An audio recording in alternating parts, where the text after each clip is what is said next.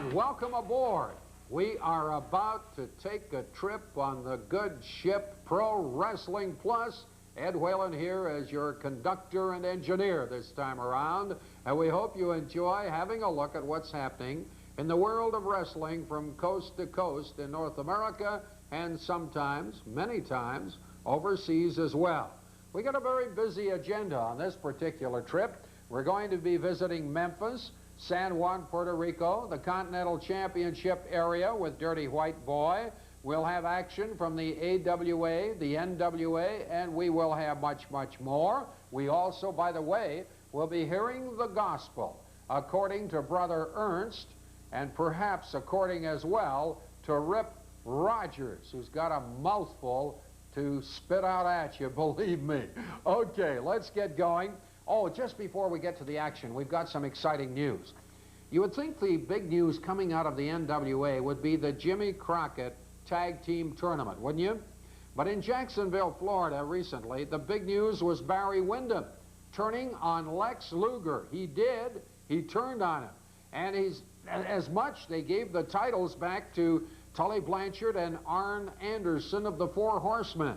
Well, subsequently, we found out why.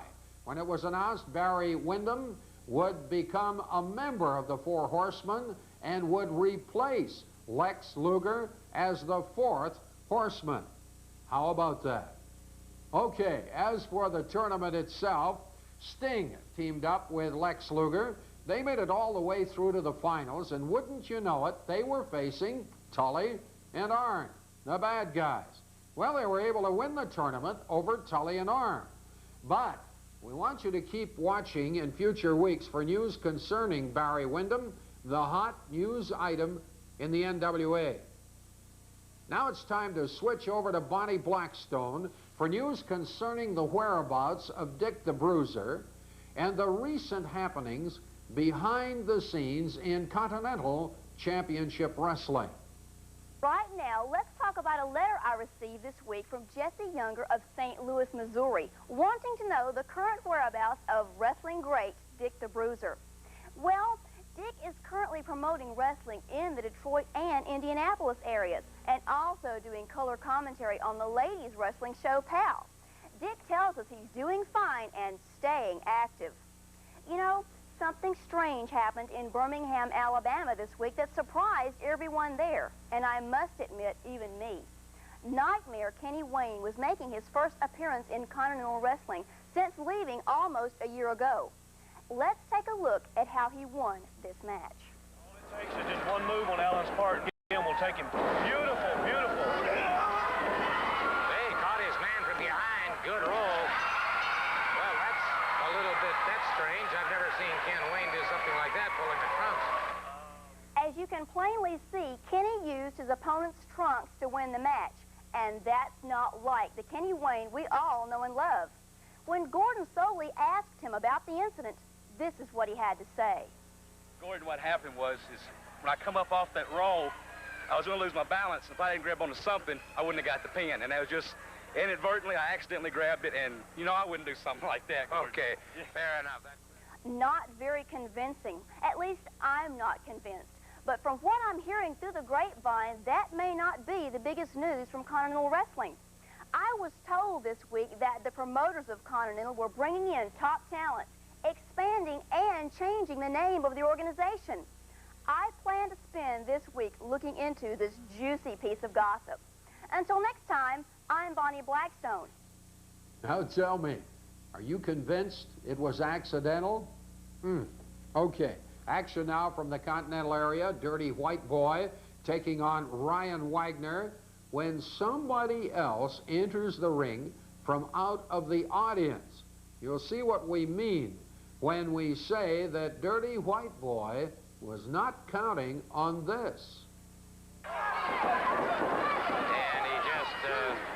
he's abusing him, and that's all. He's not even trying to pin him, just abusing him. Come on, Christian. Get up, boy. And look at this, just open-handed slaps. Wagner caught with an elbow across the top of the head. Hey, wait a minute, what's this? Who is this? Somebody just get... Hold on! Hold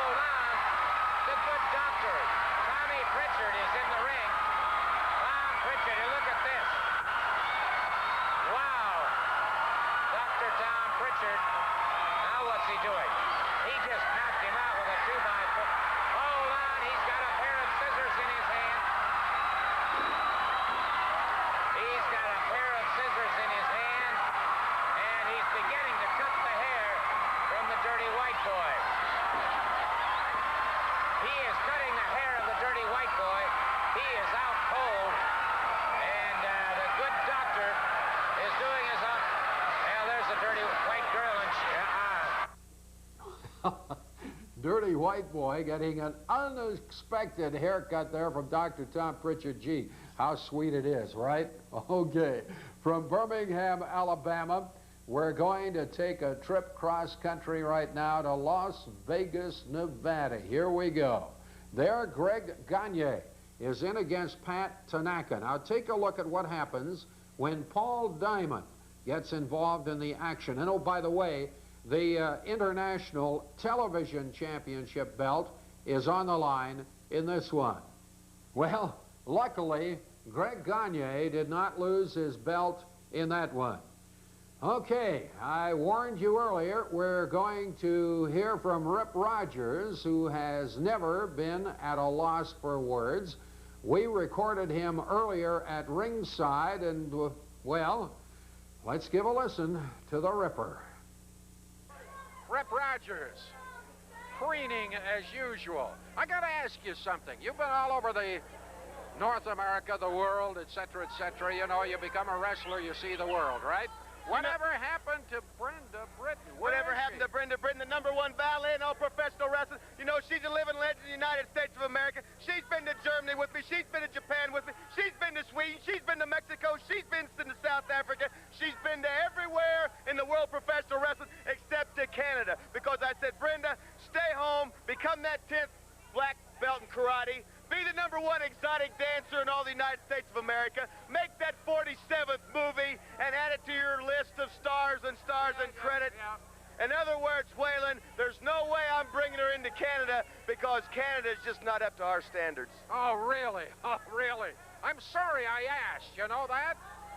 What about what's happening to you in this territory? You seem to be having a tough time. Every time I turn around, you're getting beaten.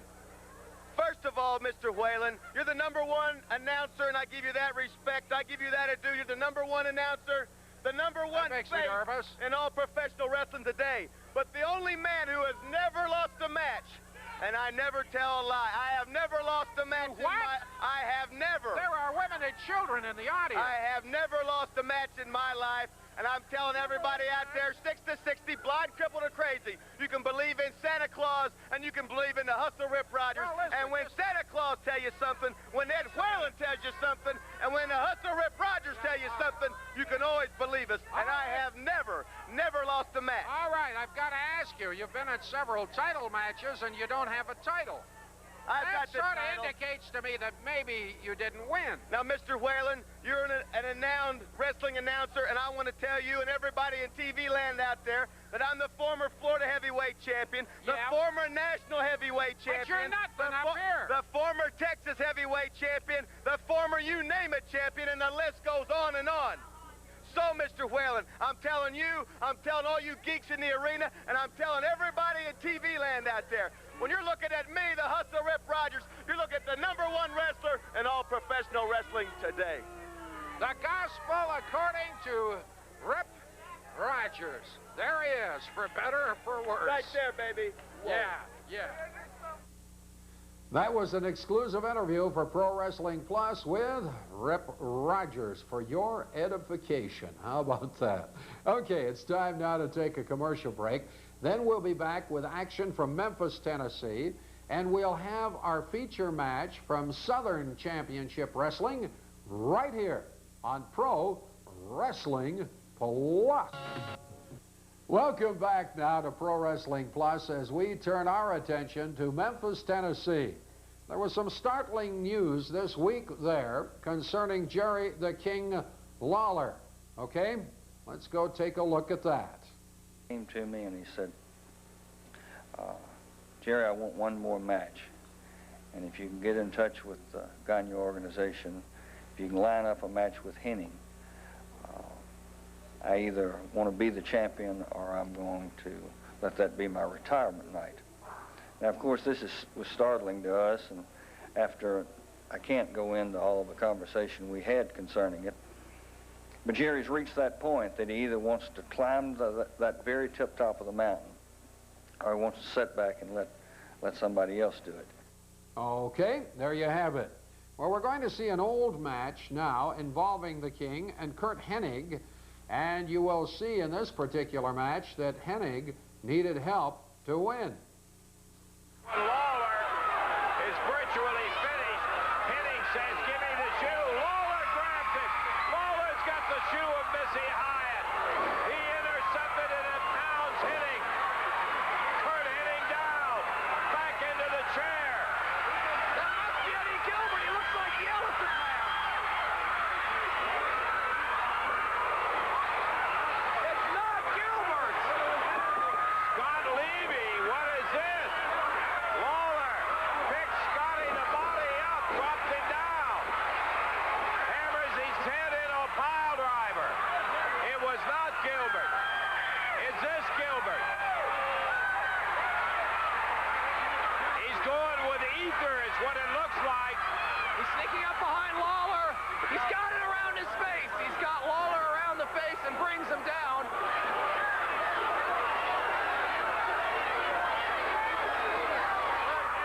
Trying to get the referee up, while what is assumed to be Eddie Gilbert holds that chloroform rag right over the nose, and Eddie Gilbert puts Lawler to sleep. Lawler is asleep right now. Curt Hennig coming back in the ring. Jerry Calhoun's in the ring. Scott Levy is in the ring. 1, 2, 3. Well, a lot of people have felt that Lawler will actually win the match upcoming against Hennig, and if he doesn't, Lawler has said that he will retire from wrestling forever. That's a good long time. So we'll keep you updated on that situation in the weeks to come. Okay, more action now from Memphis. We have Doug and Tommy Gilbert in tag team activity against Alan Reynolds and David Johnson, and there is a surprise for the Gilberts at the end of this one. If I want something, Lance Russell, I get it. Come on, Not Missy. Now just get up and leave here. If you can't do that, at least have the courtesy to be quiet. You better watch out, Lance, because if you mess with fire, you're going to get burnt. Yeah, okay. I'll tell you one thing. Got burnt. I just wonder where you're going to be going next, because I'm going to do everything I can to get that suspension to stick on Eddie Gilbert. He's got no business. There's no place for any of that kind of thing around. Oh, you can't do nothing. You know, you need an attitude adjustment. Your attitude lately, Lance, has just been the pits. I think you need to lighten up and get loose. Yeah. Up in the ring right now, David Johnson being double-teamed by the Gilbert. Tommy being told to get out of there by referee Jerry Calhoun. Alan Reynolds and David Johnson going against the hitman Doug Gilbert and his dad Tommy Gilbert. Johnson whipped into the ropes. Nailed with a big upper arm as he comes off of it. This is just a little bit of what they're going to do to Jeff Jarrett. Look, I can handle the commentary. I do not need any comments from you on it. You're going to sit here. Commentary. I'm the best commentator you have, Lance Russell. You better be thankful that I'm even out here. 1, 2, 3, and that's going to be it. I'm sitting here, wasn't even paying attention to the match, but Doug Gilbert got the 1, 2, 3 on David Johnson. And here's Tommy Gilbert over jumping on Alan Reynolds. The match is over with. Those two people aren't even, that's really Jeff Jarrett and Eddie Marlin. They don't even have, well, you want to see Jeff Jarrett and Eddie Marlin, how about that? There they are right there. In the match, 1 minute and 51 seconds. That's probably a new tag team record. Yeah, sure. It goes to Tommy Gilbert and Doug Gilbert. Well, you may have remembered that a fellow by the name of Brother Ernst was on this show last week. Back by unpopular demand, we have Brother Ernst and this week's Quiet Time. Well, hello there, and welcome once again to Quiet Time. We're getting into week 2, and I'm excited, and I know you are too. You know, many times when you cut wrestling on, you think, Boy, what a bogus person that is. These other people in wrestling, they are bogus. There's several of them. We're going to weed them out as my coalition is done, but I want you to know I'm not bogus, and I am your friend. Yes, I know you, the response that we've had has just been tremendous, the way that you've been writing me. Please continue, write me in care of this station. But this week, I want to read you the letter of the week. It says, Dear Brother Angel and the Coalition, my great-great-grandmother left me several things from the Civil War that were used by my great-great-grandfather.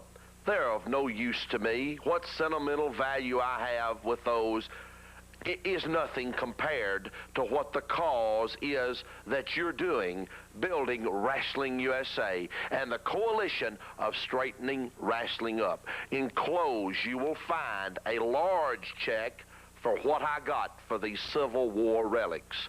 Boy, that's what we like to hear. That's what we like to see. Remember, keep your checks coming. Make your check out to Wrestling USA. And right now, once again, I want to ask you just to reach over, touch the TV set, and let me feel the power that you have and the wonderful things you'd like to say to me. I'm going to part with you once again, you, me, and the good book. Brother Ernst. No less. Okay, time now for the feature match of the week. Southern Championship Wrestling, that's in Marietta, Georgia. We're going to see Mr. Atlanta against Chuck McCall. And Joe Pedicino has a couple of wrestlers with him at ringside to aid him with the commentary. Well, you know, there's no way, just like Mr. Wrestling 2 said, that a man could hit somebody with a naked fist and knock a man out cold like that. But well, I've questioned why this man wears a glove to begin with. Well, I think it should be barred myself, Joe Pedicino. And you know, as you can see right here, he's taking Chuck McCall, and he's doing things right here in front of Mr. Wrestling number 2 to torment him. That's the only reason he's doing it. Well, what he's trying to do, you might think in his own mind, he's trying to show me what kind of a great wrestler he is. Well, I'll tell you what. He can show me whatever he wants to show me, but I've forgotten more than he'll ever learn.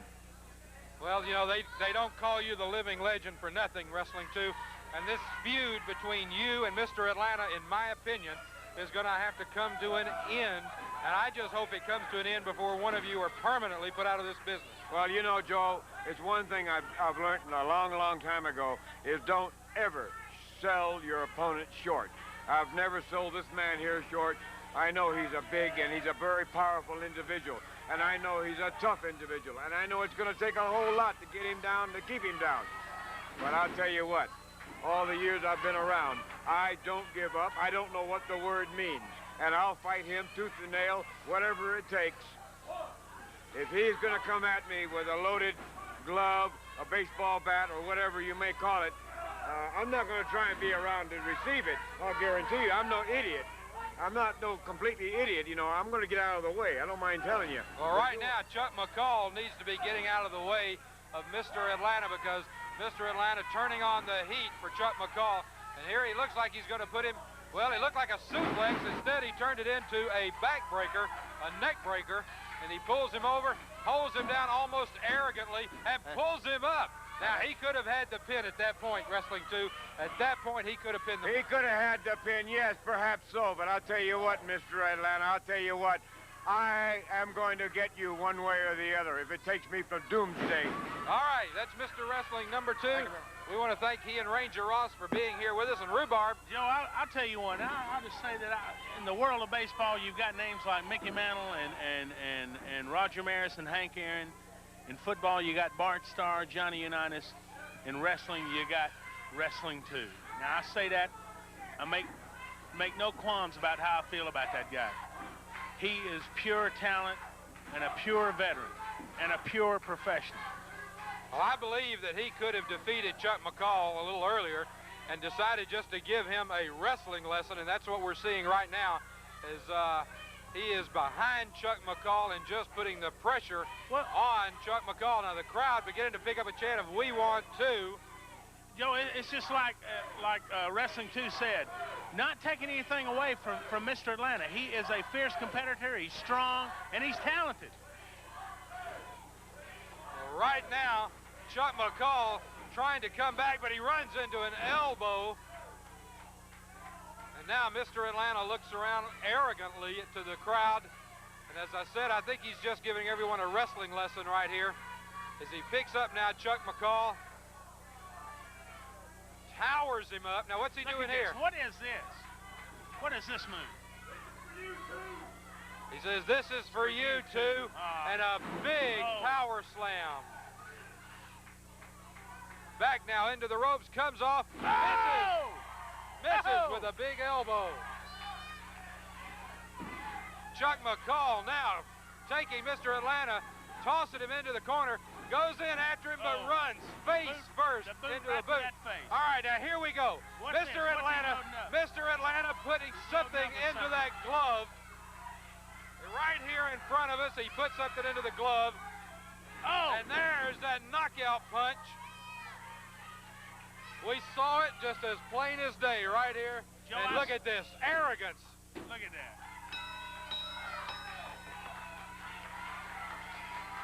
Well, Mr. Atlanta saying just before he put the goods to Chuck McCall, said this is for you too, referring to Mr. Wrestling number 2. Let's go right now to Joe Pedicino.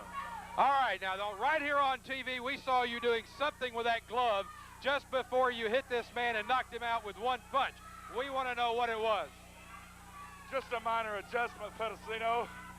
I got a bad wrist, you know what I mean?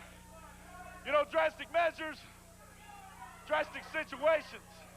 When your career's on the line, when your mask is on the line, you've got to do anything to survive. Now, Mr. Unless Superman jumps out of the comic books, my mask is going nowhere. I'm going to go down in history as the greatest masked man in the world because I pulled off the mask of Mr. Wrestling number 2. All right. He sure does like himself, doesn't he? There are a few of those in the business, though, right? Time now to trot off to the doctor's office. We're about to see two bodybuilders do their stuff under competitive conditions. Thanks, Ed. As you recall last week, Roberta and I were talking about her judging and what it means to be a bodybuilder and to be in a contest. Well, today we have a special treat for you. Roberta is going to call out the compulsory poses, and we have two bodybuilders standing by to demonstrate them to you. I'll turn it over to Roberta now. Roberta?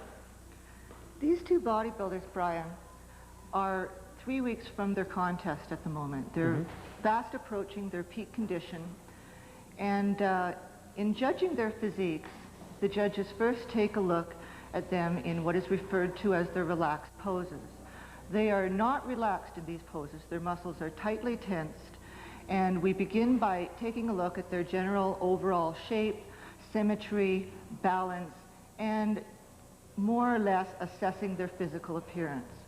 The first part of what is termed the compulsory posing round, we assess their physiques in the relaxed poses from 4 different angles. This is their front relaxed pose. The judges call out quarter turns. Would you turn 1 quarter turn to the right, please?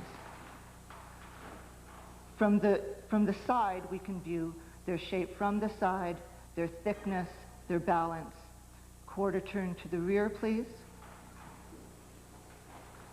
Here we assess the same shape, balance, symmetry, skin texture, general skin condition as from the front. We take a look at their calves, their hamstring, their back. Quarter turn to the right, please. Another side pose from the other side. And finish with a quarter turn to the front, please.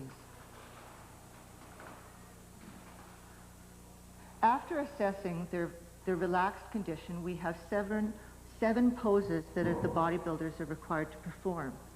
They are generally in the same order each time, and it begins with the front bicep pose. Front bicep pose, please. In this pose, we're checking out the muscularity of their thighs, their abdominals, their biceps, and the balance, symmetry, shape of each. And relax. Between poses, they get back into their tensed front relaxed pose. And the second pose is the front lat spread. Pose, please. Here we're checking out the thickness of their back compared to their waist and their level of muscularity and definition. And relax. Quarter turn to the side of your choice for chest, please. The bodybuilders have a choice of which side they choose to show to the judges for each of their side poses. Sometimes a bodybuilder will have one side stronger than the other, so we allow them the advantage of choosing their better side. Front chest pose, please. This is the pose that's ideal for checking out the thickness of their pectorals, the muscularity of their biceps, as well as the balance between quadricep, hamstring, and calf. Relax, please. Quarter turn to the rear for rear double bicep pose. And pose, please. Here we look at the level of muscularity of their back, their arms, their hamstrings, their calves, and the shape and symmetry of each. And relax. And could I see your rear lat spread, please? The front and rear lat spread are not currently compulsory poses for women, Brian, but it will be mandatory at some point in the future. Quarter and relax. Quarter turn to the side for tricep, please. And pose. Here we look at their tricep, their abdominals, their legs. And relax. One more quarter turn to the front. And front abdominal pose, please. During the compulsory poses, we have the opportunity to call out various competitors to check out and compare their physiques, and relax. After making as many comparisons as we feel are necessary, we then have the criteria that we need in order to place them from first place through to last. Thank you very much. Well, I'd really like to thank Cindy and Bill for doing the posing for us. We're going to be seeing them very soon, in the very near future, 3 weeks from now, roughly, in bodybuilding contests. And as you can tell, they've got a pretty good chance of ranking high in those contests. Both of them are looking very good today, and a drastic change will take place in the next few weeks that will make them look in peak physical condition. Well, it's unfortunate that we have to wrap for this week, but I think we're going to come back if we can and do some of the freestyle with them. Is that okay? That will be the exciting part. It's much more entertaining. It's the part the audiences love. Well, thank you very much. Thanks, Cindy. Thanks, Bill. Thanks, Roberta. Bye for now, Ed. We'll see you next week.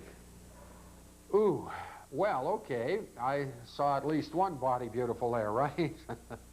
Stop that, Waylon. Where are we going? Oh, I know. It is time for a commercial break, after which we'll be back with this week's Matt Classic. We'll also have the ratings right here on Pro Wrestling Plus. Okay, as advertised, we are back. Yes, we are. And this time around, we're going to venture back into the, I believe it was the early 70s. There was no date and time on this particular film, but it goes back into the early 70s, I believe, for our Matt Classic.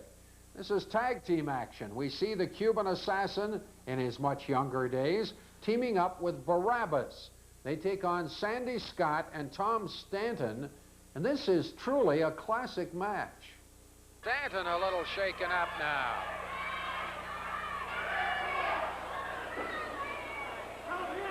Elbow to the throat, really poleaxed him, didn't?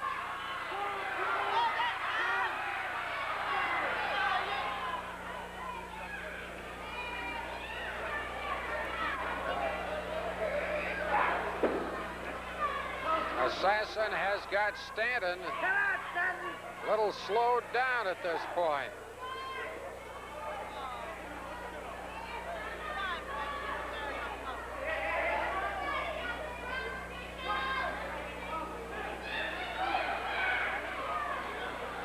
You're watching the Cuban Assassin and Barabbas against Sandy Scott and Tom Stanton.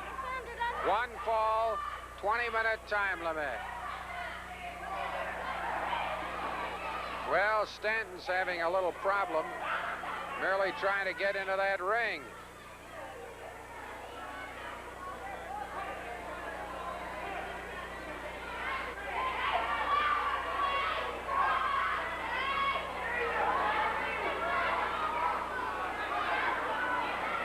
Well, he gets through there rather wearily.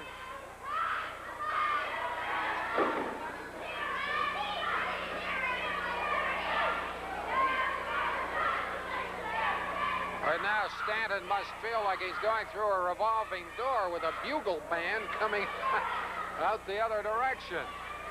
He's taken a bit of a pounding as Mr. Stanton, and the assassin simply will not let up. Get in there, you liverneck! Stanton and the assassin.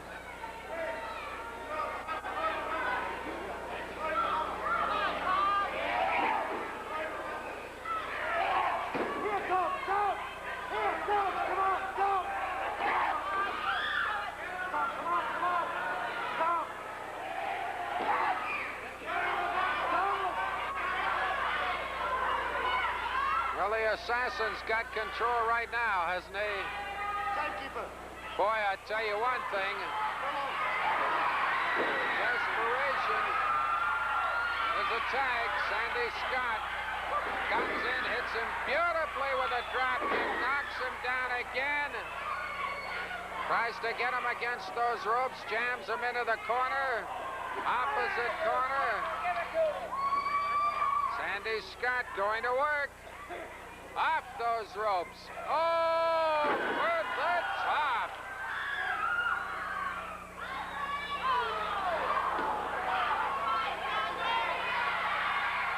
Oh, big knee drop to the throat. It's a 1, it's a 2, it's a 3. That's it. That's it. It's not a very popular decision, but you've got it going to the Cuban assassin and Barabbas. They score over Sandy Scott and Tom Stanton. Let's keep going with the action, shall we? And let's sail off to San Juan, Puerto Rico for this one, the final of the Gillette Cup. In the ring, Carlos Colon taking on Jerry Funk Jr., and there is $50,000 riding on this one. Let's see who grabs off the prize money. The ringside area jammed to its capacity. Our witness to the battle between these two tremendous forces of professional wrestling, Dory Funk and Carlos Colon. Look out, pile driver coming up, and he connected him well. Dropped the neck to the canvas. Now Dory Funk using that spinning toe hold. The Funks are so famous for using that hold. He's hooked in the top rope. Illegal action by Dory Funk. Referee saw it. Ordered him to let go in the hard way. Dory Funk not too happy with the referee. Grabs the leg, takes him down. He sees an opening for a victory. Spinning toe hold. Carlos hooks him. What a move! And Carlos' shoulder was down. Now he lifts it. Let's see who does it here. Okay, he's got him. 3 seconds. Dory Funk attempting to hold Carlos down. Carlos managed to lift his shoulder. Referees saw was counting. And Dory Funk is eliminated for the tournament. His man, Carlos, the winner.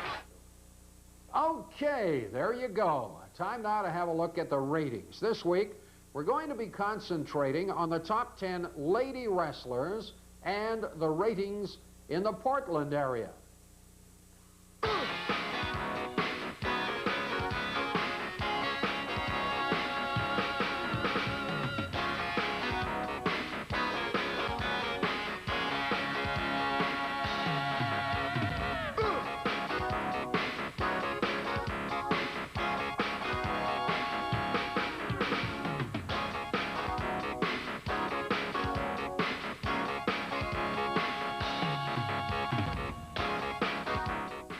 Time now for a commercial break, after which we'll be back with action from the NWA and your letters on Fan Forum here on Pro Wrestling Plus. The Pro Wrestling Plus, and we are going to switch our attention to the NWA. As I mentioned at the start of the show, Barry Windham has joined the Four Horsemen and betrayed Lex Luger. Dastardly deed indeed. We're going to have an interview now with Dr. Death, Steve Williams, who recently returned on a successful tour of Japan. Here he is. Hey, Bob, it's great to be here. Look at all these fans out here. Oh! That's some support right there. Now, Ric Flair. I've been sitting out here talking every week. I want to have a challenge match for the World Heavyweight title. NWA, where the greatest wrestling is. You know something? It gets me so fired up, I just feel like chopping my feet. You know? Ric Flair, I'm not taking anything from you. You are the World Heavyweight Champion. Well, let me say one thing. You've never met a man with the caliber I have. And the credentials. No, you have credentials too, a lot. But this man in professional wrestling has so many credentials you can't write it down on a piece of paper. And you know what, Bob? You know what's making me really fired up? Tell us about it. Well, when I was walking in, you know who I saw? The Midnight Rider. Yeah! The Midnight Rider. That's right, Bob. And I'll tell you something. Anytime the Midnight Rider needs me, all he has to do is look behind his shoulder, because I'll be right there. Dr. Death, Steve Williams. I can't believe it. Dr. Death there is pledging allegiance to the Midnight Rider, whoever he is. And no, we don't have the answer to that puzzle as yet. We do not. We go to the ring now to see Luger and Windham in action against Bob Riddle and Bob Emery. And remember, this match took place before Luger was betrayed.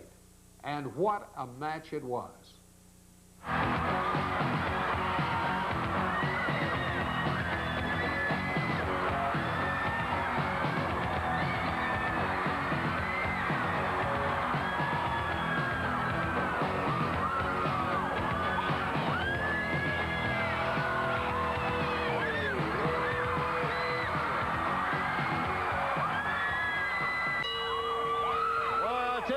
Talk about popular champions, Jim Ross. I don't think I've ever seen two men bring the roof down like we just had from the World Tag Team Champions there, Barry Windham and Lex Luger. Boy, you're exactly right, Bob, and what a crowd we have here in the great state of Virginia. Right, you are. Here in Roanoke, Virginia. The total package in there with Bob Riddle and Windham and Luger. I'll tell you something. A lot of folks said it was just destiny. It's bound to happen. But they are the undisputed World Tag Team Champions. And I know that the Four Horsemen are more than anything else in the world. They want to win those titles back. On a tag, this is Windham with Riddle high to the air with that terrific slam. When Windham slams you, you come from about 7 feet high in the air, and he's got a lot of power behind it. Windham and Luger, Jim, both are big, strong, tough men, and look at that drop kick as he got high to the air with that one. It simply amazes me that a man 6 feet 6, 250 pounds can get up in the air like Barry Windham can. He has the agility of a man much smaller, but that just attests to the great athletic ability of Barry Windham. One-handed belly-to-back suplex, and Bob Emery was planted on the canvas. Windham now takes him back to the corner for the tag, and both of them meet him with those right hands about center ring. This is such a great team, but they're going to have to be great and maintain that tenacity and consistency, because such teams as the Sheepherders, the Varsity Club, the Four Horsemen, and many, many more want a shot at the World Tag Team titles. All of them top contenders, all vying for that championship. You got to be on top form every time you get into the ring. Luger just showed you what power he's got as he came down with that elbow drop. He's 6'5", 275 pounds. And Luger, power slam. What a great move by the package. And he's asking the crowd if they want to see the Human Torture Rack. Well, he had him in a position position. He could have put him up, but instead he went back to the corner, made the tag to Wyndham. That's great teamwork. Very unselfish tag there by Barry Windham and by Lex Luger, and Barry Windham with a phenomenal power slam. Thought he had him there, and he kicked out after the count of 2. Emery still had enough left. Wyndham didn't have the leg hook. Now he's going to bring him high in the air. Suplex now. Barry Windham now and Lex Luger have really dominated this contest. And Wyndham, what a blow, and Emery is down. I don't think Emery's going to get up. No, sir. The count of 3. 1, 2, 3. And there you have the winner. Over to Calgary now, where we will see Chris Benoit defending his Commonwealth mid-heavyweight title against a young man by the name of Yang Chung. And Chris is in for a surprise or two in this one. Pure and simple, try to outmuscle. We go with Fan Forum, where we look forward to reading your letters on the air, and we do appreciate your participation in the show. So let me see. I've dug up a few letters here out of the volumes we've received, and I'll deal with them pretty briefly, okay? When Pro Wrestling Plus comes on, I always watch you. Can you get me a picture of Johnny Smith? I'm sorry, I can't get into the picture business, really. Are Johnny and Davy Boy Smith brothers? The answer to that is correct. Do you know who Jason the Terrible is? The answer to that is no. Would you write me back and let me know that you got my letter? Well, we don't have time, obviously, to answer the hundreds of letters that now, during the year, have got up into the thousands of letters. So I'm sorry I can't do that, but Dean Pilgrim of Hampton, Newfoundland. Hampton, Newfoundland. You know that I got your letter because it's right here on the air, okay? My name is Dennis Piercy. I would like you to tell me how I could become a wrestler.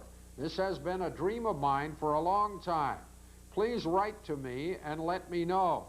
I know you don't respond to letters, but please respond to mine. Please. You know, it's a little tough for us. You don't know how much I'd like to be a wrestler. My aim is to become a world champion someday. I lift weights now. I'm determined to be a wrestler. I watch all the wrestling shows. I'm from Buckens, Newfoundland, and I'm 17 years old.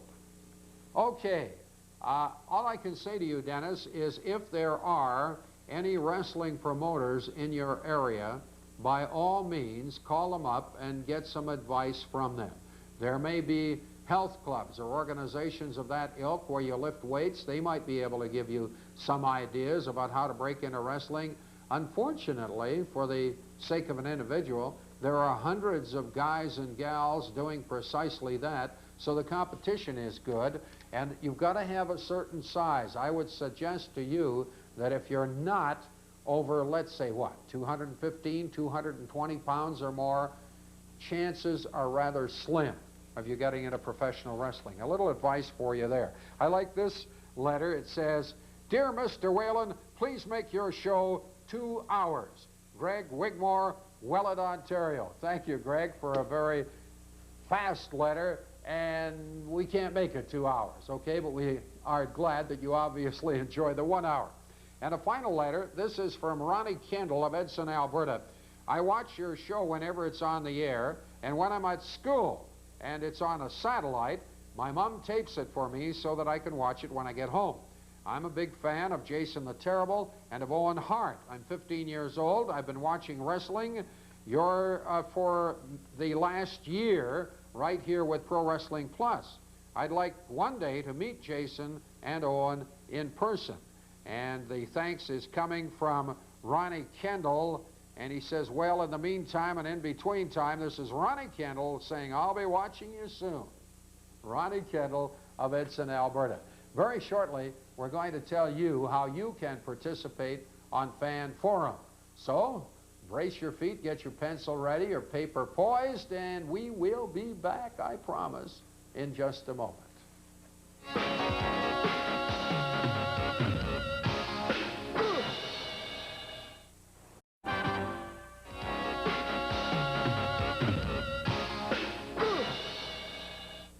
Okay, are you ready for the address for Fan Forum? And I can't repeat enough how much we appreciate your participation in the show. Just drop us a line. We will try very hard.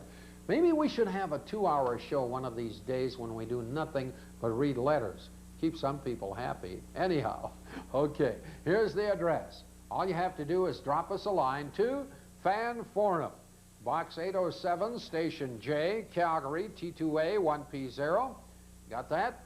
Fan Forum, Box 807, Station J, Calgary, T2A 1P0. That runs us right smack out of time. It's been a pleasure having you aboard. Hope you've enjoyed the trip. We'll look forward to seeing you next time.